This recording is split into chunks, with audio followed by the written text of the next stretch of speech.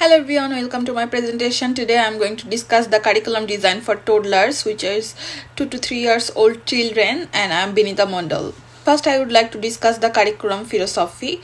For that, I focused on play-based learning that encourages curiosity and discovery. Also, I emphasize secure relationship and consistent daily routine for confidence. And I will use EYLF principles of belonging, being, and becoming. Also, I am using theoretical perspective of Piaget and Vygotsky. From one of the theory we know learning through social interaction and scaffolding is based, and then Piaget says toddlers learn through sensory and hands-on experiences, and my goal is to create a safe, inclusive and stimulating environment for holistic growth. At first, I would like to discuss about the developmental characteristics, and there can be different characteristic depending on the age of the child. Like for newborn, infant, toddler, preschool or school age, there can be some differences. Here I am discussing the 2 to 3 year old children developmental characteristics. It can be physical, cognitive, social and emotional. For physical, it can be balancing or coordination or fine motor skills like making something with block, running, self-feeding. For cognitive growth, it can be rapid language growth, curiosity and problem solving through imitation or trial and error.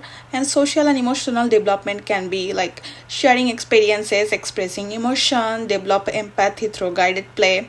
And my role here is to support independence, communication and emotional confidence through engaging and safe routines.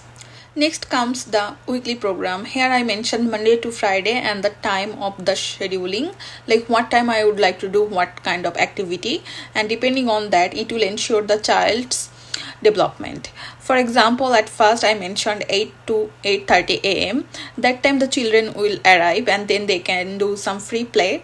Then 8:30 to 8:45 they can sing some song or greeting and talk with everyone. Then from 8:45 to 9:30 there will be some outdoor exploration work.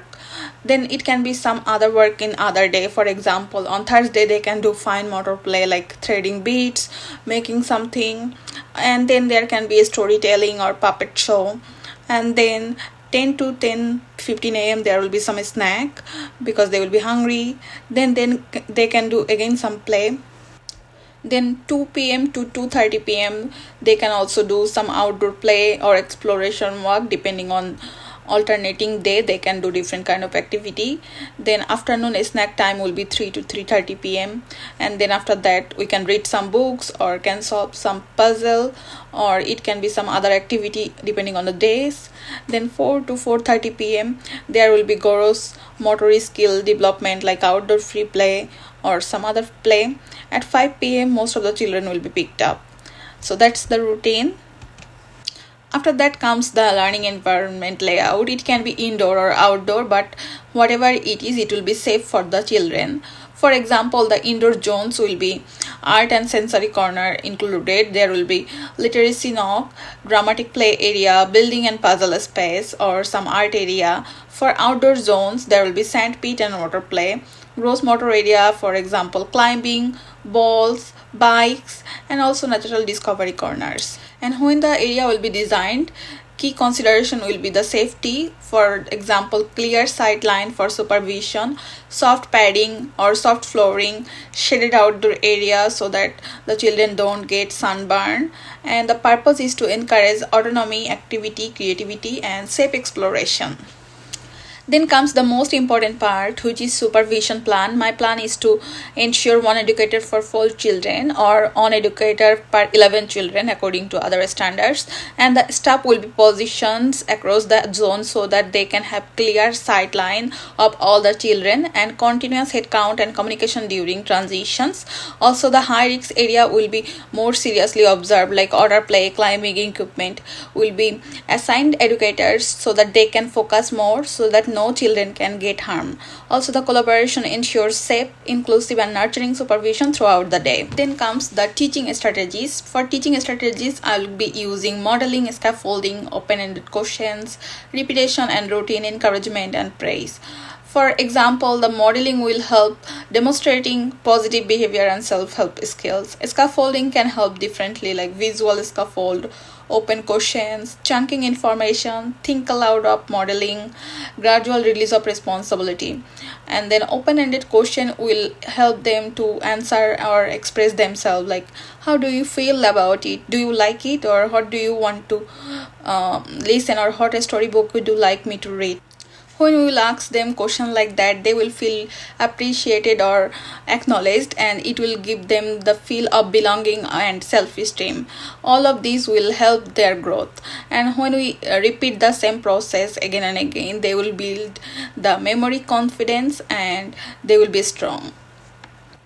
Lastly comes the assessment strategies. For that, we will be following a plan, then implement, review, analyze, and interpret, and then sharing. And for taking the notes, we will use anecdotal records like note daily learning moments. Then comes the learning stories like photo and narrative reflective individual growth.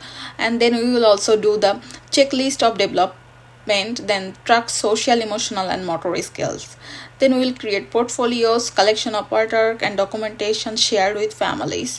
We'll be able to do the portfolio. Then parent feedback information will be helping for future planning and goal setting. That will be included in the family partnership.